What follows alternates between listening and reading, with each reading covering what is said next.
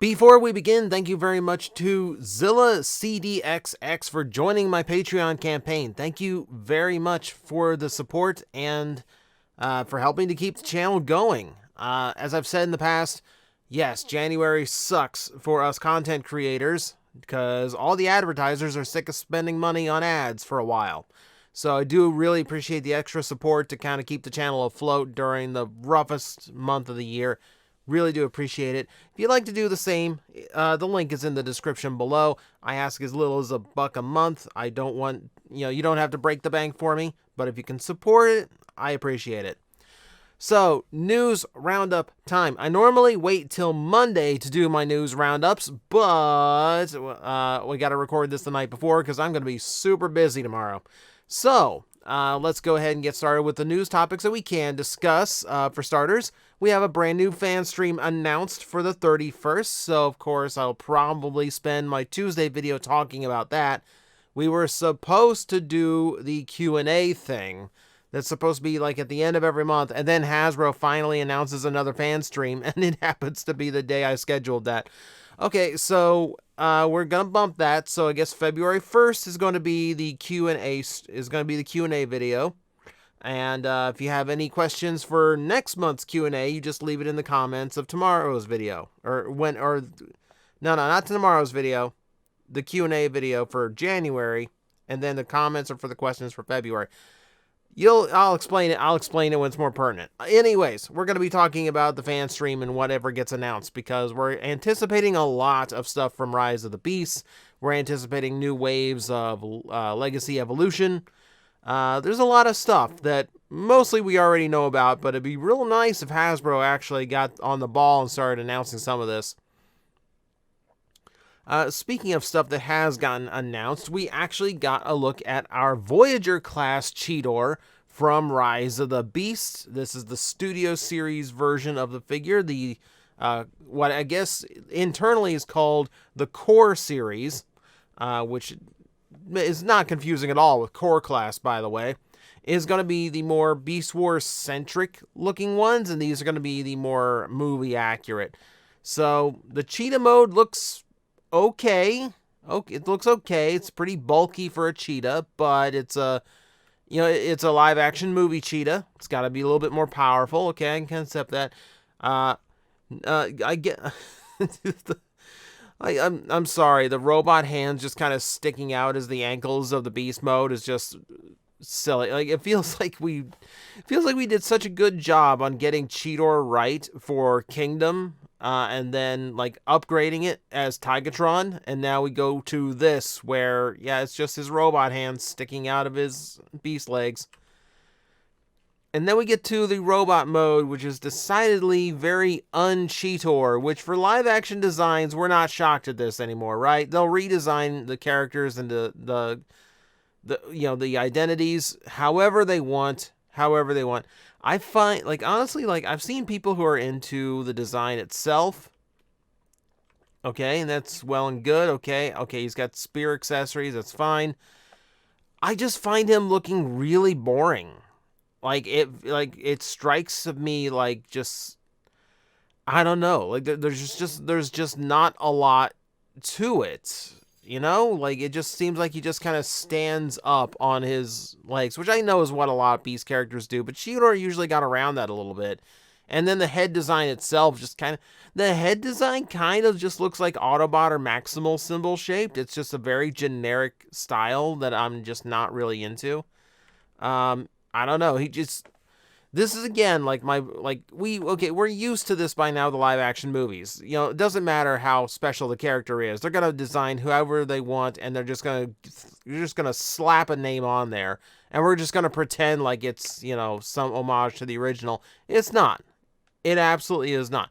This is like if we did the Avengers, except Hulk is Hulk Hogan.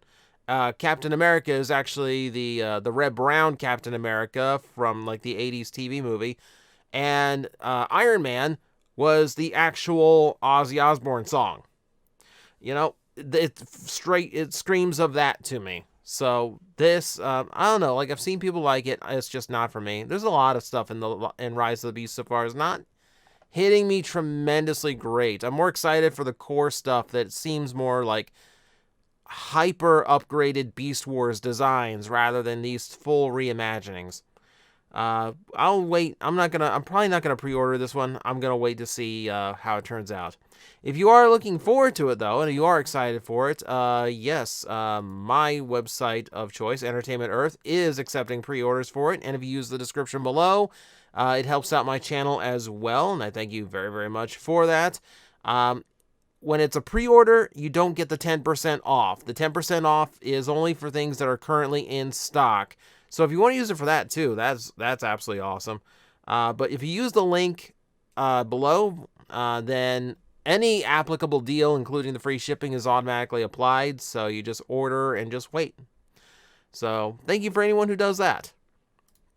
All right, let's go for a few more little bits of news for Rise of the Beast. Since we're now approaching movie hype time for this movie, then yes, we're going to start ramping up our discussion about this a lot. So apparently the French Convention 2023 event also somehow revealed that Rise of the Beast will be available in 3D, which is not a tremendous shock, and it's not the first time we've seen a live-action Transformer movie in 3D, but it's an option. It's out there. I can't remember the last time I even went to a 3D movie. For the extra cost, honestly, it never really seemed worth it.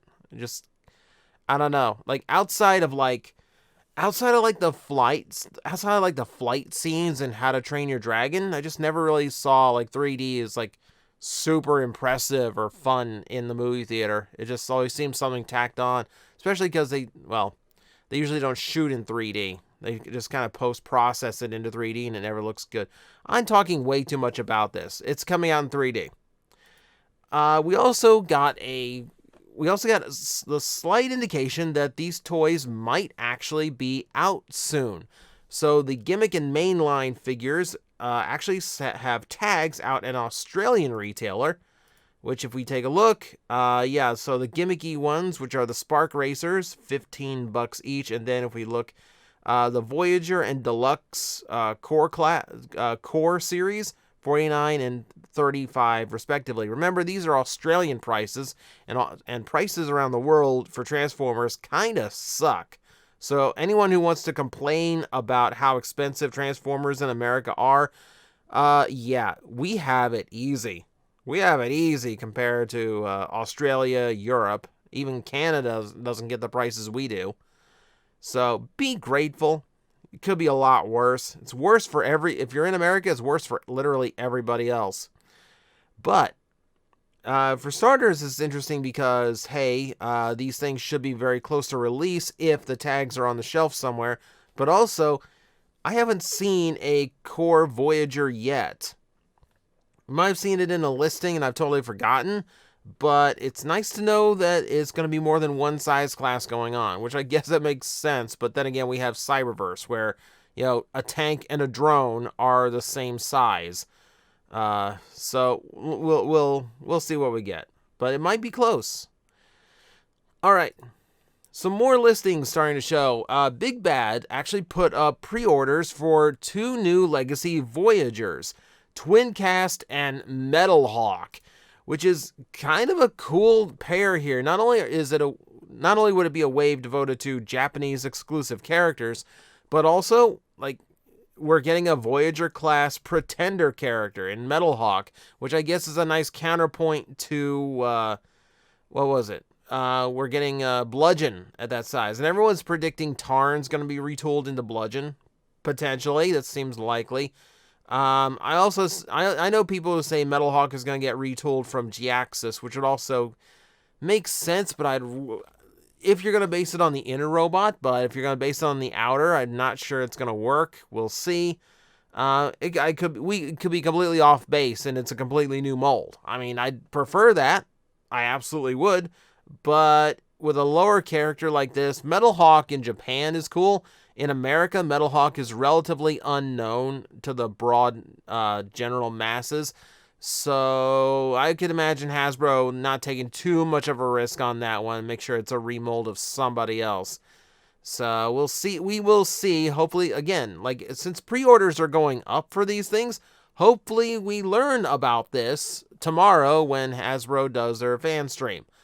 Twincast is just like, well, what do you expect? They did a blaster figure that hasn't been repainted yet. What else are you gonna do with it?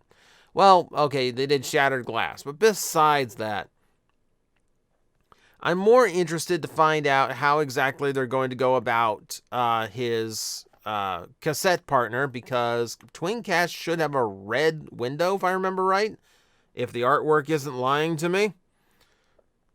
They might switch it out for black just so they could have rewind. I mean, that's the best I could figure. We'll have to see. Who knows? I mean, maybe they'll go the extra mile and they'll actually give us a different character as the cassette. Not likely, but we can hope, right? Alright, let's talk about some figures that just came out in Japan. So we've got in-hand shots for Dark Amber Lio Prime, or Dark Amber Lio Convoy, whichever you prefer. This is still looking pretty cool. I mean, it is based on the black and white repaint of the original, but I love the story behind this. So if you didn't read the pack-in comic that kind of goes along with this, there is a weird story to this particular design where apparently in fiction this is a reincarnation of Unicron, where somehow it copied Lio Convoy's body to reincarnate, or it is some weird weird clone that thinks it's Unicron. One or the other. It's a super weird Japanese story, but there's actually a Unicron redemption story to it, which is super weird to think about. But I like that this just what is normally just like a straight black repaint of a character actually has an interesting little bit of backstory to it, which is actually kind of cool. So, yeah, it looks cool. It's not something I would go and pre-order or order even when it's available, but I am happy to actually see it available. I'm into it as just a bizarre character concept more than I am just like, oh, hey, cool black and silver repaint. Oh, yeah, Nemesis colors again. Let's see what else. Oh, yes, Skyfire's also getting in-hand shots. Now, we've seen plenty of Jetfire before. We're getting a little bit more. It's what it looks like in package, how everything's laid out. Let's see what else was interesting in this. Oh, jeez. I didn't realize they were like potato quality photos. There's the storage for all the parts under the canopy. That's a good use for it. There's earlier little micro figures with actual articulation, which is a pretty cool sight to have. And yeah, this is a big figure if you had not seen. Also solves the mask problem with magnets, which is cool. But yeah, you can see, like, it's big. Look, there it is next to Dead End. It's big. Very big. Someone, I just saw a photo. Oh, those are real. Okay, never mind. These are real good photos of these tiny little ones. All right, so that's nice. I want to see how these look with the Ark or something, right? I want to see how these look with, instead of those super micro figurines that were, like, Unicron scaled. So, okay, I already saw one shot of this. I already saw a shot of this next to, like, the box was next to Siege Jetfire. There we go. Oh, is that all we get? Is it just that one shot? Because, yeah, I want to see how big they are by comparison. He's a good bit bigger. Okay, that's funny. That is, okay. So, it's funny. Wow. Okay, yeah, he definitely scales correctly. Alright, that's the shot I wanted to see. How he scales with the Siege Jetfire figure. And, yeah. Definitely a good bit bigger, lots softer in the detail, much more cartoon leaning with the design, so not a surprise there. I really like Jetfire or Skyfire from the original cartoon. Maybe not enough to drop that kind of money right now, but if it's still available down the line and money's looking good, I could see myself grabbing it at some point. Alright, so remember when I mentioned prototypes? We talked about the prototype Victory Saber, and I mentioned that, yeah, there's probably a Unicron prototype out there too. Well, it popped up on eBay. and in all of its technicolor and pastel goodness. So you can see the unpainted face, you can see the base plastic for everything, and like what I think I like the most is just these like pastel colors going through his rings. This can be yours for the low price of $5,500, which I guess, considering this is likely a one-of-a-kind piece, is not too far out of the realm for certain collectors. I'm certainly not going to be in the market for it, but it's probably one of the more interesting protos that has come out in a long time, simply because it's from a super limited run project. It's not likely they're not likely to have any more than this, just because of the expense and the size of the moldings. So it's out there. Someone possesses it and has a very fluffy staircase to display it on. All right, also coming from eBay this week, someone listed a ton of early Toei character model sheets from Transformers the movie. So this gives us kind of an interesting first look at what a lot of these designs were almost finalized as.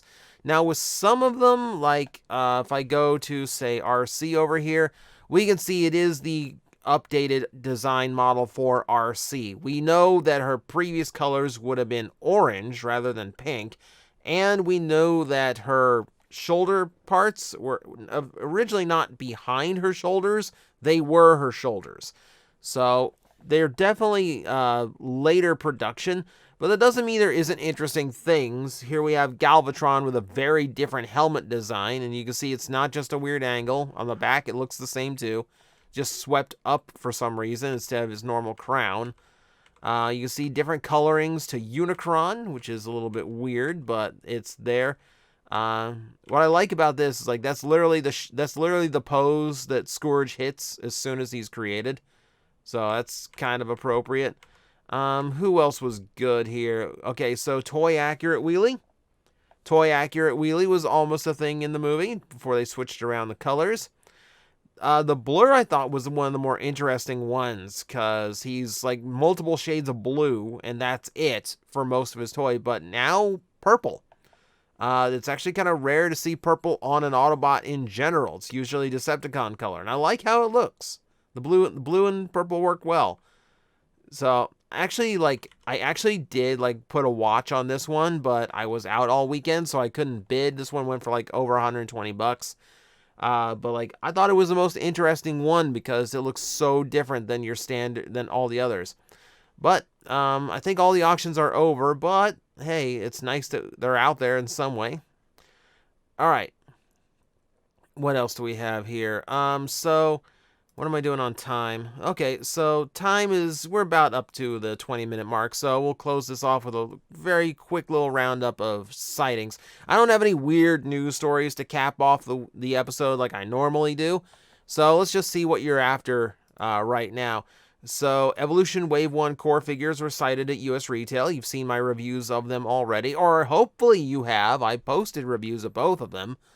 You also have the Tacticons are now part of... Earthspark in general has been getting sighted left and right now, so the toys are finally out. These are little finger flip changers, so those weren't there before. They are already... they are finally making their way out. I don't know why they have tags that are $16.97, $17 on clearance from $22.97, and then $11.97. Just find a store with them. Tell me what the price was. And then we have probably the one that I think is one of the more exciting ones. Wave 4 for Legacy is out. This is the wave that does include Breakdown. So we can finally complete your Stunticon set. I actually had the chance. I could have bought a Breakdown today, actually. But it was at an actual, big independent toy store. So it was super expensive for something that was brand new. I wasn't going to bite the bullet on that one. Also, I think mine's going to be here this week from Hasbro Pulse anyway. But those are the toys that are sighted now, so those are the ones you have to look forward to on your toy hunts. And that's going to wrap up our news for the week. So thank you guys for joining me once again and getting caught up on your Transformer news. I do appreciate it. Appreciate the views and the supports. Remember, hitting like and hitting subscribe before you leave is extremely helpful to the channel. All of those numbers add up and help everything stay on track and grow, and I appreciate all of it. So, thank you once again for watching. I will see you next time. Guys, I am facing the most powerful enemy any YouTuber can face, the algorithm, and I need your help to defeat him. Hit the like button, hit the subscribe button, hit the notification bell, and leave a comment. Every time you do, we attack that algorithm and we drive it back until it can no longer defeat this channel. Thank you very much.